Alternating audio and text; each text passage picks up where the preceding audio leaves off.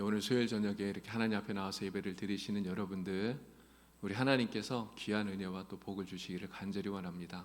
오늘도 말씀 통해서 또 큰 은혜 받는 여러분들이 되기를 바랍니다. 2000년대에 우리나라 영화의 한 트렌드라고 말할 수 있는 것이 있는데요. 그게 조폭입니다. 조폭. 조직 폭력에 이렇게 준말이죠. 조폭. 1997년에 넘버 3라고 하는 조폭 영화가 처음 나왔대요. 근데 이 영화가 흥행하면서 영화 제작자들이 이 조폭을 소재로 해서 코미디 영화를 만들면 이게 사람들에게 먹히는구나, 이런 생각을 하게 됐다는 겁니다. 그러면서 2001년도에 조폭 영화들이 여러 개 나왔는데요. 아마 이 영화들 많이들 보셨을 겁니다. 조폭 마누라, 달마야 놀자, 또 두사부일체, 신라의 달밤, 이런 영화들이 나와서 많은 흥행을 하게 된 것이죠. 그리고 같은 해에 친구라고 하는 조폭 영화가 또 나왔어요. 아마 여러분들이 이 영화는 다들 많이 기억하실 것 같아요. 유호성 그리고 장동건이 주연을 했었던 영화인데요. 여러 가지 그런 유행어들이 많이 영화에서 나왔습니다. 아버지 뭐하시노, 이런 유행어도 있었고요. 또 네가 가라 하와이, 이런 유행어도 있었고요. 이런 여러 가지 유행어들이 이 친구에서 나왔었죠. 이 영화가 굉장히 흥행을 했습니다. 근데 이렇게 이 영화가 흥행을 하게 되니까 그 이후로 조폭이 등장한 이런 영화들이 정말 우후죽순처럼 쏟아져 나왔다고 하는 것이죠. 근데 이런 영화들을 보면서 한 가지 좀 염려가 되는 게 있어요. 뭐가 하냐면 이런 영화들이 이 조폭의 세계를 굉장히 미화하고 있다고 하는 겁니다.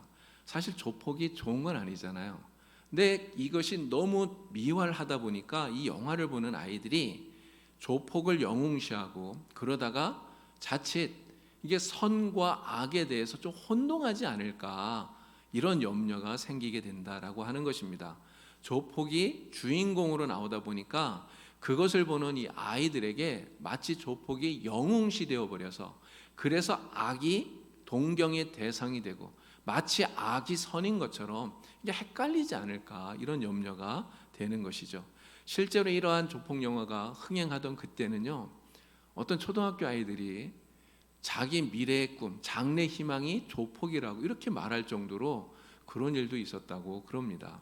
아이들이라는 것들을 보면서 그런 것들을 따라하고, 그래서 거칠게 또 욕도 하고 폭력도 행하고 이렇게 하는 걸 보니까 정말 심각한 문제가 아닐까, 이런 생각들을 하게 되는 것이죠. 자, 그런데 아이들만 문제는 아닌 것 같아요. 아이들은 그렇다 쳐도 어른들은 그럼 어떨까요? 어른들도 거의 비슷한 것 같습니다. 어른들도 무엇이 선이고 무엇이 악인가 하는 것에 대해서 별로 이렇게 관심을 갖지 않는다는 것이죠. 별로 잘 생각을 하지 않는다는 거예요. 무엇이 선이라고 생각하고 무엇이 악이라고 생각할까요? 나에게 이로우면 선한 것이고 나에게 해로우면 악한 것이고, 이렇게 생각하는 사람들이 많다라고 하는 것입니다. 그리고 또 우리가 세상을 살면서 정말 이해하기 어려운 것이 또 하나 있어요. 그것은 뭐냐면 악하게 사는 사람이 오히려 더 잘 된다는 것이죠.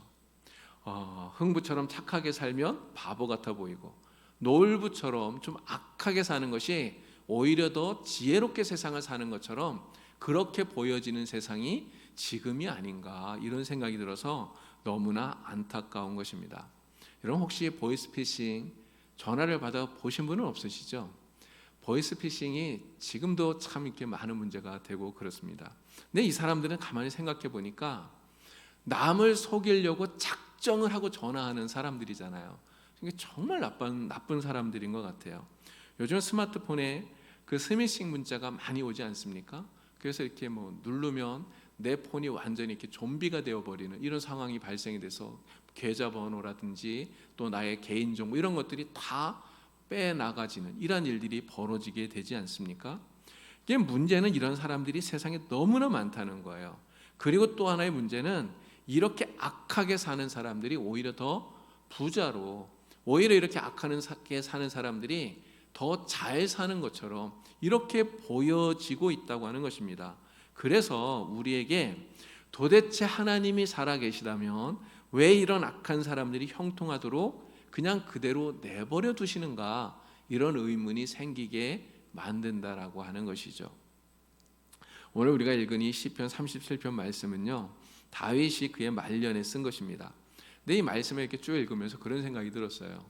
야, 다윗이 살던 그 시대도 지금하고 이렇게 별반 다르지는 않았던 것 같구나, 이런 생각이 들어요. 왜냐하면 다윗이 이런 이야기를 하는 것을 보면 여전히 다윗이 바라보았던 그 세상도 악인이 번영을 누리고 오히려 의인이 핍박을 당하고 고통을 당하는, 어떻게 보면 굉장히 불합리해 보이는 그러한 시대였구나, 이런 생각이 든다고 하는 것이죠. 솔직히 우리는 이러한 것들을 바라볼 때 마음속에 화가 나기도 하고 또 불평도 생기고 시기하는 그런 마음도 생기게 됩니다. 다윗도 역시 우리와 똑같은 그런 마음이지 않았을까, 이런 생각이 들어요. 그러나 오늘 말씀 속에서 하나님께서 우리에게 하시는 말씀이 있습니다. 평생을 하나님을 신실하게 믿고 의지하면서 따랐던 이 다윗을 통해서 하나님께서 우리에게 주시는 말씀이 있어요. 그것은 악한 자들이 오히려 성공하는 것처럼 보여지는 이러한 불합리한 세상이라 할지라도 예수 믿는 그리스도인들은 그것 때문에 화를 내거나 불평하거나 그들을 시기해서는 안 된다라고 하는 것이죠. 자, 그러면 우리 예수 믿는 사람은 정말 이러한 불합리해 보이는 세상, 불합리해 보이는 이 세상 속에서 우리 그리스도인들은 어떤 모습으로 살아야 되겠느냐 하는 것입니다. 오늘 우리들이 이 세상을 어떻게 살아가야 될 것인가, 오늘 시편 이 37편의 말씀을 통해서 세 가지를 여러분들에게 말씀을 드리려고 합니다. 우리 그리스도인들이 이 세상을 어떠한 모습으로 살아야 될 것인가, 우리가 함께 이 말씀을 통해서 은혜를 나누고 정말 하나님이 기뻐하는 그런 삶의 모습을 갖는 여러분들이 될 수 있길 바랍니다. 첫 번째는요, 공의로우신 하나님을 신뢰하고 끝까지 인내하라, 이렇게 말씀하고 있어요. 여러분, 우리가 믿을 것은 하나님의 공의로우심밖에 없다고 하는 것입니다. 하나님의 공의로우심. 하나님이 살아계시다면 이 불의한 자들을 왜 그대로 내버려 두십니까? 이런 의문이 우리 안에 들지만 지금 당장 하나님의 심판의 불이 그들에게 떨어지지 않는다고 해서 하나님이 계시지 않는 것이 아니라는 것이죠. 하나님께서는 불의를 행하는 자들이 마침내 그 풀이, 쇠잔한 풀이 다 베어지는 것처럼 반드시 심판을 받을 것이다, 하나님께서는 말씀하고 계시는 것입니다. 여러분, 밭에 뿌려진 가라지 비유를 잘 알고 계시죠? 곡식밭에 가라지가 함께 자라는 것을 종들이 보고 주인에게 물었어요. 주인님, 밭에 곡식과 함께 지금 가라지가 자라고 있는데 이 가라지를 어떻게 할까요? 우리가 가서 지금 뽑아 버릴까요? 물었습니다. 그때 주인이 뭐라고 말하죠? 그냥 그대로 두라고 그럽니다. 그대로 두어라. 가라지를 뽑다가 곡식까지 뽑을까 걱정이 된다. 그러면서 추수 때까지 그대로 두면 추수 때가 되었을 때 가라지는 모아서 내가 불살라 버리겠다. 주인이 그렇게 말하는 것입니다. 악은 반드시 심판을 받게 되어 있다는 것이죠. 악인이 형통한 듯 보이는 이런 모순된 현실 속에서도 하나님의 섭리는 계속되고 있다고 하는 것입니다. 그리고 종국에 가서는 하나님께서 공의의 심판을 반드시 베푸신다는 것이죠. 이것을 우리가 믿어야 된다고 하는 것입니다. 그렇기 때문에 악이 형통한 듯 보인다고 해서 그것 때문에 불평하지 말고 공의로우신 하나님을 믿고 끝까지 인내하라, 성경은 말씀하고 있는 것이죠. 여호와 앞에 잠잠하고 참고 기다려라, 또 이렇게 말하지 않습니까? 여러분, 잠잠하라 이렇게 말해요. 잠잠하라. 이 잠잠하라는 말이 무슨 의미일까요? 인간적인 생각으로 조급해하거나 또 자기 나름대로 어떤 방법을 강구하는 이런 어리석음을 버리라는 이런 뜻인 것입니다. 하나님의 궁극적인 심판을 믿으면서 하나님께 모든 것을 맡김으로써 심령의 평안함을 누려라. 이것이 바로 잠잠하라는 이 말 속에 담겨 있는 의미인 것이죠. 또 참고 기다려라 이렇게 이야기를 해요. 여러분, 이 인내, 기다림, 이는 성령의 9가지 열매 가운데 하나입니다. 인내함, 정말 오래 참는 것이 우리에게 필요하다고 하는 것이죠. 끝까지 참고 기다려야 됩니다. 언제까지 참으라는 것이죠? 하나님이 공의로우심으로 악한 것을 심판하시는 그때까지 참고 기다려라, 성경은 말씀하고 있는 것입니다. 비록 불합리해 보이는 그러한 세상일지라도 공의로우신 우리 하나님을 믿고 끝까지 인내하면서 믿음의 삶을 살아가는 성도 여러분들이 다 될 수 있기를 우리 주님의 이름으로 축원을 드립니다. 자, 두 번째는요, 이 불합리해 보이는 이 세상을 우리가 어떻게 살아가야 될까? 두 번째로는 긍정적인 마인드를 가지고 오히려 기뻐하는 삶을 살라고 하는 것입니다. 긍정의 힘이라는 게 있잖아요. 긍정의 힘. 여러분, 긍정의 힘을 믿으십니까? 긍정의 힘. 여러분, 세상을 우리가 긍정적으로 산다고 하는 것은 굉장히 좋은 거예요. 사실 저도 그렇게 생각을 합니다. 어떤 일들이 이렇게 벌어질 때 자꾸 이렇게 부정적인 생각을 해서 그것 때문에 힘들어하는 것보다 그래도 잘 될 거라고 생각하고 이렇게 긍정적으로 생각하는 게 훨씬 좋다고 생각을 해요. 그런데 한편으로는 또 이런 생각도 들어요. 그냥 막연하게 야, 잘 될 거야 이렇게 생각한다고 해서, 정말 그렇게 생각한다고 해서 모든 게 진짜 잘 될까? 사실 그렇지는 않더라고요. 솔직히 말하면 잘 될 거라고 생각은 하지만 여전히 걱정하고 근심하는 것이 우리 보통 사람들의 마음이라고 하는 것입니다. 우리는 긍정적으로 살아야 되는데 긍정의 힘을 믿는 것이 아니라, 우리는 긍정의 힘을 믿는 게 아니에요. 우리가 믿는 것은 우리로 하여금 긍정적인 마인드를 가지고 살게 하시는 분, 바로 그 하나님을 믿는 것입니다. 하나님께서 우리의 마음에 역사하셔서 우리의 마음이 긍정적으로 바뀌게 하시고, 그리고 긍정적으로 세상을 보게 하시고 그 힘으로 세상을 이기게 하시는 그 능력의 하나님을 의지해야 된다고 하는 것이죠.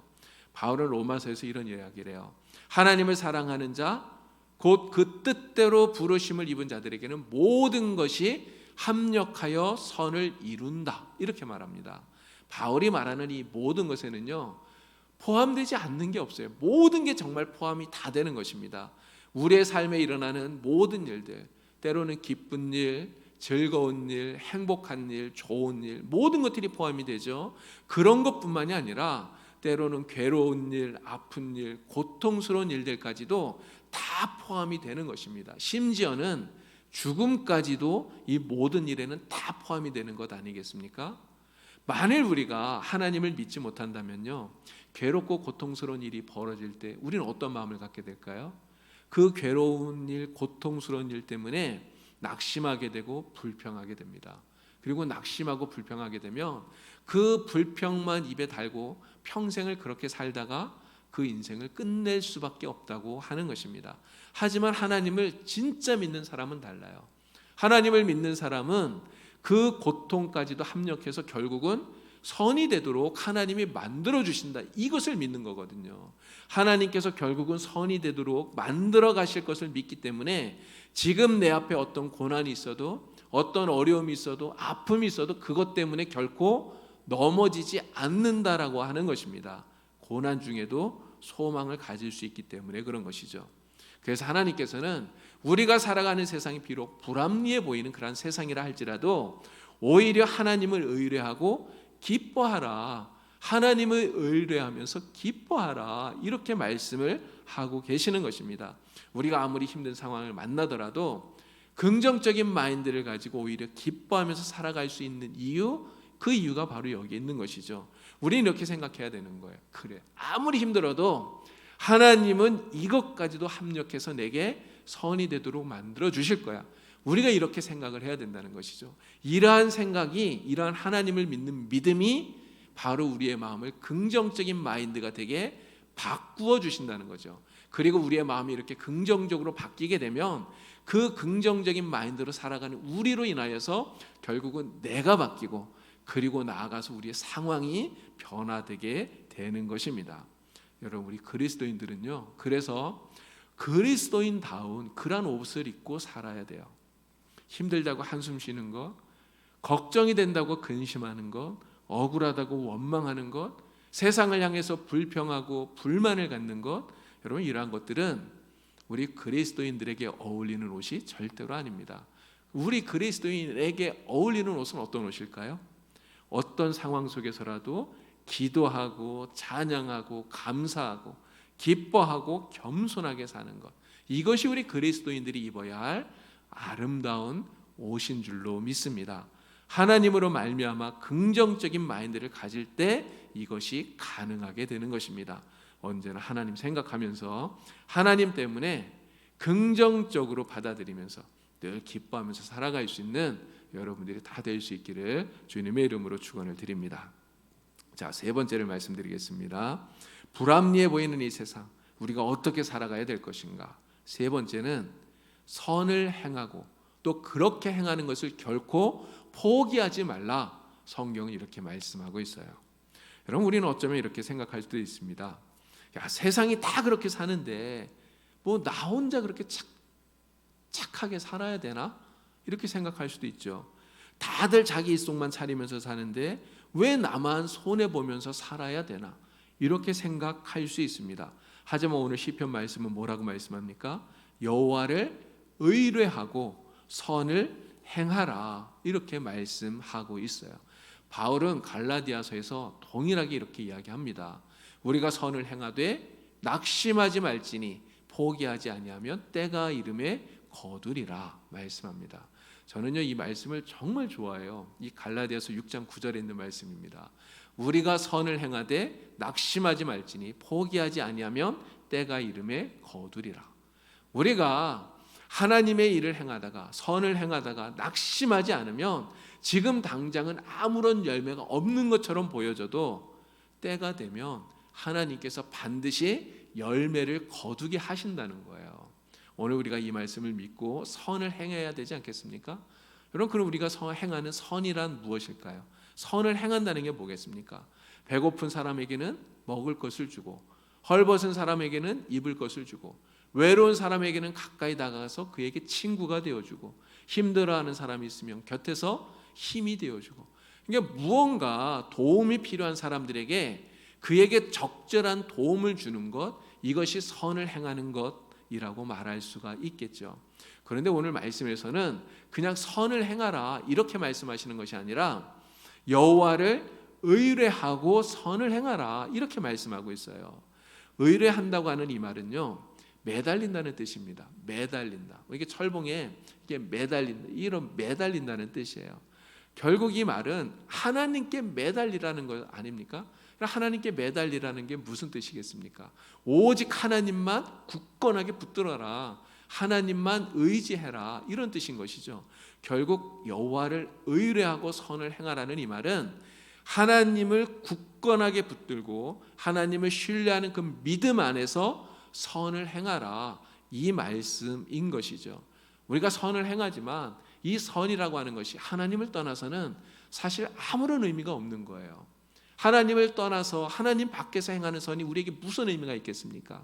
우리 어릴 때 부른 찬양 가운데 맘 착해도 못 가요 하나님 나라, 이런 찬양이 있었잖아요. 우리가 무엇으로도 하나님의 나라에 갈 수 없습니다. 아무리 선을 많이 행해도 그 선으로 하나님 나라에 갈 수가 없어요. 우리의 구원을 이룰 수 없어요. 왜 그렇습니까? 하나님 밖에서 행하는 선은 선으로 하나님이 인정해 주시지 않기 때문에 그런 것이죠. 결국 우리는 세상이 아무리 불합리해 보일지라도 하나님에 대한 믿음을 저버리지 말고 오직 하나님만 신뢰하면서 우리 이웃에 대해서 끝까지 선을 행하는 이러한 삶의 태도를 가져라, 성경이 우리에게 말씀해 주고 있는 것입니다. 비록 지금 당장은 나에게 손해가 될지라도 언제나 하나님을 향한 이 믿음을 잃지 않고 그 믿음으로 선을 행하면서 살아갈 수 있는 여러분들이 되기를 우리 주님의 이름으로 축원을 드립니다. 이제 한 가지만 말씀을 더 드리도록 하겠습니다. 왜 우리가 이렇게 살아야 되는가? 그 이유가 무엇인가 하는 것이고요. 그리고 그렇게 살았을 때 우리에게 어떤 삶의 결과가 있는가 하는 것을 말씀을 드리려고 합니다. 여러분, 우리가 불합리한 것들이 가득한 이런 세상 속에서 하나님을 신뢰하고 끝까지 인내하면서 살아야 되는 이유, 긍정적인 마인드를 가지고 오히려 기뻐하면서 살아야 되는 이유, 선을 행하고 또 그렇게 사는 것을 절대로 포기하지 말아야 되는 이유, 그 이유가 무엇일까요? 이유는 딱 하나예요. 바로 하나님 때문에 그렇다는 것이죠. 하나님이 우리와 함께하고 계시기 때문에 우리는 그 하나님 때문에 이렇게 살아야 된다고 하는 것입니다. 아무리 악이 성행하고 일시적으로 그것이 번영하는 것처럼 보일지라도 악은 결국 심판을 받아서 망하게 되어 있습니다. 공의로우신 하나님이 최후의 승리자가 될 것이기 때문에 그래요. 그리고 더불어 하나님 편에 서 있는 우리들도 하나님 때문에 우리도 승리자가 되는 것입니다. 하나님께서 우리에게 승리의 기쁨을 영원히 하나님의 나라에서 누리게 만들어 주신다는 것이죠. 하나님께서 이렇게 말씀합니다. 9절 10절 말씀을 보니까요, 진실로 악을 행하는 자들은 끊어질 것이나 여호와를 소망하는 자들은 땅을 차지하리로다. 잠시 후에는 악인이 없어지리니 내가 그것을 자세히 살필지라도 없으리로다 말씀하고 있습니다. 여러분, 우리 십자가에 달려 죽으신 예수님을 한번 생각해 보십시오. 골고다 험한 십자가 위에 예수님께서 달려서 돌아가셨어요. 하나님의 아들이신 예수님이, 정말 아무런 죄도 없으신 예수님이 우리 죄를 대신 짊어지시고 그리고 십자가에서 우리 대신 죽으신 것입니다. 여러분, 생각해 보면요, 세상에 이것보다 더 불의한 일이 없어요. 세상에 이것보다 더 불합리한 일이 없다는 것입니다.